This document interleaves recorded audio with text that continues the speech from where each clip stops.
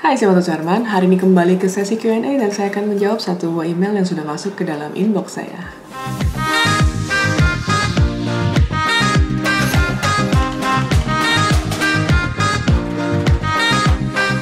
Makasih banyak buat teman-teman yang udah kirim email ke martasuherman@gmail.com. Hari ini saya akan memilih satu buah email untuk dibahas. Jadi email yang saya pilih hari ini adalah email dari Aryo Baruno. Alamat emailnya adalah 8aruno@gmail.com. Halo Ci, semoga selalu sehat dalam setiap aktivitas. Perkenalkan, saya Aryo dari Malang. Saya suka sekali dengan konten-konten di channel Cici, sangat mengedukasi. Dengan adanya email ini ada beberapa pertanyaan yang saya ingin ajukan.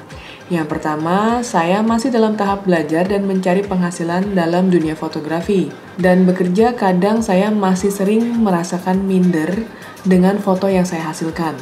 Dan ada perasaan gimana kalau foto saya tidak diambil atau tidak disukai, atau membuat klien merasa kecewa setelah meng-hire saya sebagai fotografer.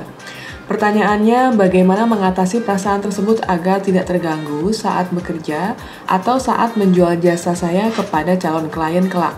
Yang kedua, menurut Cici dalam dunia fotografi komersil, apakah alat, gear kamera, lensa ataupun lighting set terbaru atau tercanggih merupakan kunci untuk bisa mendapatkan banyak klien? Karena jujur saya baru memulai usaha foto ini dengan modal yang tidak banyak. Hanya menggunakan kamera keluaran tahun 2008 dengan lighting seadanya serta sedikit berani menginvestasikan ke satu lensa premium. Sisanya hanya bermodal sewa jika ada job yang mengharuskan menggunakan alat tersebut.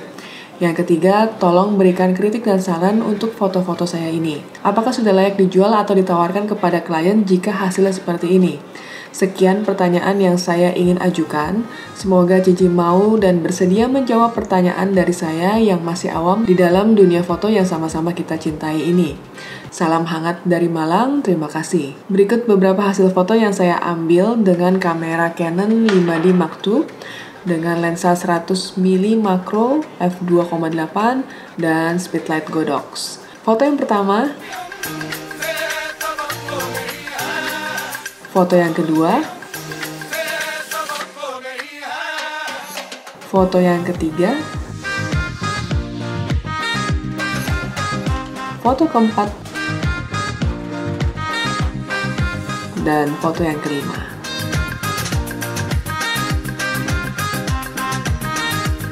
Pertanyaan yang sangat menarik dan ini akan menjadi satu pembahasan yang nantinya akan menarik juga pastinya. Dan buat teman-teman sebelum saya masuk ke pembahasan hari ini, saya ingin mengucapkan makasih banget buat teman-teman yang selalu support channel ini, yang sudah subscribe, yang sudah nonton, dan juga sudah share dengan teman-teman lainnya. Buat teman-teman yang belum subscribe, silahkan di subscribe sekarang karena setiap minggunya saya akan mengupload 2 buah video yang membahas seputar fotografi. Kemudian juga saya ingin menginformasikan buat teman-teman yang mungkin selama ini bertanya-tanya apakah saya memiliki kelas online, offline, ataupun mengundang saya untuk narasumber ya, untuk menjadi narasumber di sebuah acara kantor, sekolah, ataupun komunitas. Teman-teman bisa langsung kontak ke nomor di bawah ini dan juga nanti akan dibantu oleh admin saya untuk proses berikutnya. Demikian juga buat teman-teman yang mungkin membutuhkan jasa fotografi, videografi, ataupun social media management bisa langsung kontak ke nomor ini. Oke, kalau dilihat dari fotonya Aryo nih, kita masuk ke pembahasannya langsung ya. Foto-foto Aryo ini bagus banget menurutku karena untuk standar foto-foto komersil sudah masuk banget. Jadi di sini paling cuma ada beberapa koreksi, tapi overall sudah bisa dibilang sangat-sangat cukup. Dan di sini sebenarnya udah nggak perlu minder lagi sih. Sebenarnya kalau kita ingin memang berbisnis di dalam fotografi, memang portfolio itu adalah kunci yang pertama. Jadi kita harus buat portfolio yang proper, yang benar-benar memang sesuai dengan kebutuhan kliennya. Dan kemudian kita harus mengetahui kita itu ingin berjualan di segmen fotografi yang mana. Karena fotografi itu memiliki banyak sekali genre. Jadi teman-teman mungkin ada yang suka foto food kah, atau kalau saya lihat kan di sini Aryo sukanya di foto-foto produk ya. Nah ini menurut saya sudah sangat-sangat cukup, sangat-sangat bagus gitu. Tinggal kita bagaimana melakukan ke proses berikutnya. Dan kalau kita mulai menjawab pertanyaan-pertanyaan dari Aryo di sini, ini cukup menarik untuk dibahas. Masalah minder, kalau saya lihat di sini minder, terus kemudian gimana caranya kalau tidak disukai, bagaimana kalau klien kecewa, Bagaimana kalau klien ini kemudian marah gitu ya? Saya lihat ada kekhawatiran gitu di sini. Jadi ini suatu hal yang sangat-sangat umum ya pada saat kita melakukan bisnis gitu. Dulu saya sempat ada masanya saya menjadi marketing, di mana marketing ini bisa dibilang juga seperti orang sales gitu ya. Orang sales gimana saya harus pergi ke customer dan saya harus melakukan lobbying, saya harus berani menawarkan barang gitu. Ada perasaan ketakutan sendiri sih, ada rasa takut di mana nanti orangnya akan marah atau mungkin saya akan diusir, nggak datang atau nggak boleh apa. Itu ada rasa-rasa seperti itu. Memang harus dilatih. Itu harus dilatih. Kalau kita sudah terbiasa ditolak gitu ya, terbiasa mengatakan saya belum butuh ini atau apa, itu suatu hal yang sangat lumrah.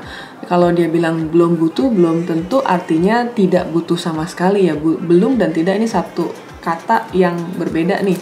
Jadi teman-teman harus tahu kalau dia bilang belum berarti ada chance untuk berikutnya. Ada kalanya mungkin kita berkenalan sekarang, mungkin transaksinya bisa tahun depan, bisa 2 tahun lagi, mungkin aja gitu. Yang penting kita itu harus jalin komunikasinya. Nah di sini kalau saya lihat jangan minder dulu, karena kalau saya lihat dari karyanya sih ini sudah sangat-sangat cukup ya, sangat cukup untuk masuk ke dalam dunia komersil.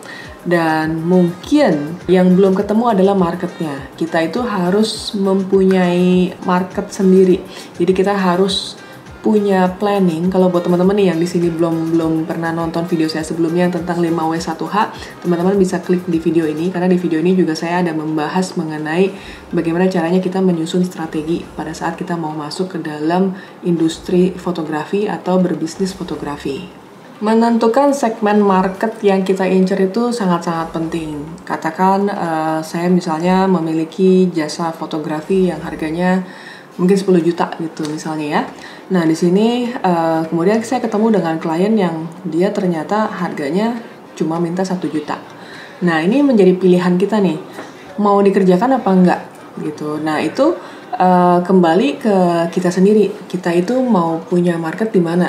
Apakah benar-benar masih mau konsisten di angka yang tadi pertama, atau kita mau turun ke dalam market yang 1 juta ini.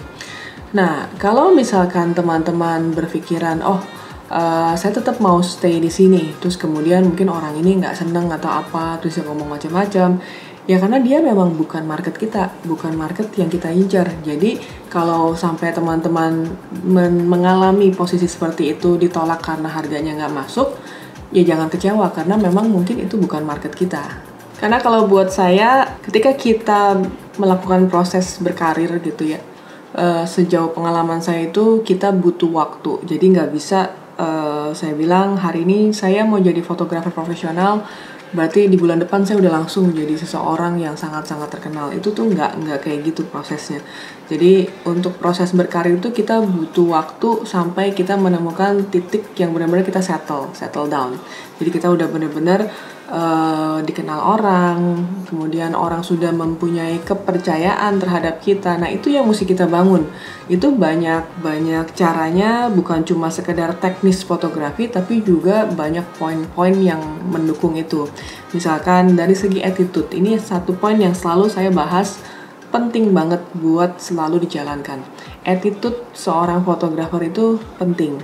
Jadi teman-teman harus tahu bukan cuma sekedar teknis fotografi atau punya alat atau kamera yang mahal, tapi attitude itu adalah nilai yang sangat-sangat tinggi. Jadi kalau teman-teman mempunyai jasa fotografi tapi attitude-nya jelek, itu udah otomatis biasanya berantakan. Setelah itu juga banyak poin-poin lain mengenai cara kita seperti public speaking, bagaimana cara kita meyakinkan customer, bagaimana kita melakukan presentasi, bagaimana kita berpakaian, kemudian hal-hal administratif gitu ya, bagaimana sistematis kerja. Itu banyak poin yang kita harus siapkan sih, bukan cuma sekedar teknis fotografi dan juga portfolio, karena pada saat kita berbicara bisnis, kita itu menjadi seorang businessman. Jadi bukan cuma sekedar fotografer, tapi juga kita harus memiliki otak dan modal sebagai seorang pebisnis. Pertanyaan yang kedua mengenai peralatan. Jadi peralatan ini sekarang ini banyak banget klien yang beragam kalau menurut saya ya. Ada klien yang memang memiliki spesifikasi khusus. Sekarang kalau kita bicara advertising agency. Advertising agency juga ada bermacam-macam. Ada yang sifatnya benar-benar mereka high-end, kelas-kelas high-end, otomatis mereka akan menuntut peralatan-peralatan yang jauh spesifikasinya lebih tinggi dibandingkan kamera-kamera biasa. Dan semuanya ini juga balik lagi, seperti yang tadi saya baca juga kan, kalau Aryo ini juga banyak yang sewa. Itu nggak masalah, karena alat-alat ini juga nggak harus dimiliki oleh seorang fotografer, tapi perlu digunakan pada saat proses pembuatan foto tersebut terjadi. Dan kalau buat saya, kamera yang kita miliki nggak perlu yang spesifikasinya tinggi sekali, kecuali kalau memang kamu punya modal untuk investasi itu pasti akan jauh lebih murah ketimbang dengan rental, karena rental otomatis pasti jatuhnya akan lebih mahal ya, karena kan pasti ada perusahaan yang mengelola itu, mereka akan membutuhkan profit untuk mereka sendiri gitu. Berbeda dengan kamera yang kita miliki pribadi. Tapi balik lagi, kalau kita saat ini masih memiliki modal yang tidak begitu besar, cukup pakai kamera apapun yang kita bisa. Balik lagi ke angka penjualannya. Kita ingin jual foto itu di jasa angka berapa? Apakah angka 1 juta? Apakah cukup angka 1 juta untuk mengcover semua peralatan yang mahal? Nggak mungkin juga. Jadi kita harus tahu, kalau memang angka kita berada di market yang katakan middle low gitu, teman-teman jangan memaksakan untuk investasi alat-alat yang terlalu mahal. Ini kapan break even point-nya, kapan balik modalnya gitu. Jadi harus kita pikirkan, jangan dipaksakan menginvestasi alat-alat yang mahal, tapi kita nggak bisa membalikan modal tersebut. Nah, di poin ketiga mengenai kritik dan saran, saya rasa ini sudah sangat cukup ya. Mungkin yang sedikit dikoreksi cuma di bagian cincin ya. Perhiasan itu memang ada sedikit tricky pencahayaannya, jadi mungkin cahayanya aja bisa dimaksimalkan lagi di bagian perhiasan, foto perhiasan ini. Tapi untuk yang produk-produk kosmetik menurut saya sudah sangat-sangat cukup ya. Dan biasanya ini sudah cukup mewakili. Nanti tinggal dibuat sebenarnya kita incernya market yang mana gitu, karena kalau kita ingin propose produk-produk ini kepada customer, kita harus tahu juga mereka itu seperti apa, karena klien itu beberapa brand itu memiliki yang namanya brand DNA. Jadi mereka itu sudah memiliki identity khusus sendiri, yang biasanya kita harus memproduce foto-foto ini sesuai dengan brand image-nya mereka. Jadi buat teman-teman yang mungkin ingin masuk ke dalam foto-foto produk seperti ini, coba dipelajari brand apa sih yang sebenarnya awal-awal nih kita incer. Nah, itu mungkin bisa menjadi pilihan ataupun menjadi ide pada saat kita ingin membuat portfolio baru. Oke, nah pembahasan hari ini tentang bagaimana caranya membangun kepercayaan pada saat kita berjualan jasa fotografi. Pembahasan hari ini sudah selesai. Jadi buat teman-teman yang mungkin ada pertanyaan lain seputar fotografi, bisa kirim email ke martasuherman@gmail.com. Siapa tahu email kamu yang akan saya bahas di video saya berikutnya. So, thank you for watching. Jangan lupa like, comment, subscribe, dan juga share. See you on the next episode. Bye!